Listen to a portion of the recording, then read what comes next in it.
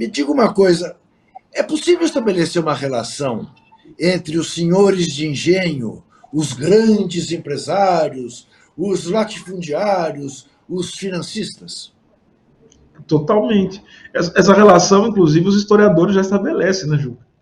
Nós sabemos o que aconteceu, porque, veja, vamos pensar o seguinte: o que foi a abolição? A abolição ela foi um processo de altíssima complexidade.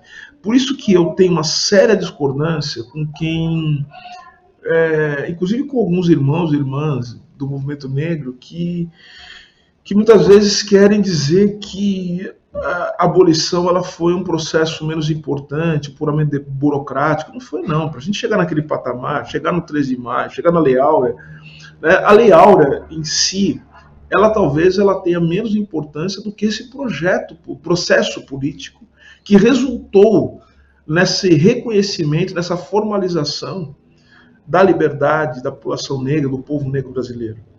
Mas esse processo político ele não foi um processo político simples, foi complexo, que envolveu uma série de arranjos, transformações no campo da economia, lutas políticas se desenvolveram pela população negra principalmente, né, e que forçaram o sistema a reconhecer os negros enquanto livres. Sabe que eu tenho um amigo que é historiador, o Júlio Veloso, ele fala o seguinte, né?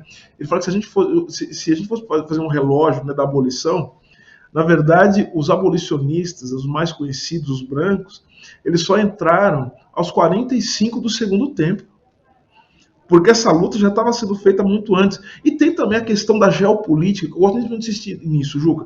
Se a gente não olhar para fora do Brasil, a gente não vai entender como é que o Brasil ele se forma. Então, veja, houve todo um arranjo econômico. A gente tem um período no Brasil que assim foi logo depois da independência, tá? Que começa uma disputa, justamente uma disputa econômica, uma disputa política, para entender qual vai ser o status da escravidão. O que significa modernizar o país, ser um país moderno. Então, muitos defendiam a abolição e outros foram favoráveis à manutenção da escravidão no Brasil. Estas pessoas, que são justamente os valparaibanos, né, e que começaram a dominar o Brasil a partir de 1830, 1831, são chamados de regressistas. Esses senhores, eles depois se tornaram os homens mais ricos do Brasil, principalmente por conta do café, né, da economia cafeeira, e esses sujeitos, nós podemos ver que eles depois deixaram os seus herdeiros, que depois na República, né, se tornaram grandes empresários, financistas, né? Ou seja, o dinheiro veio de algum lugar, porque o dinheiro veio da escravidão, tá? É importante que se diga isso.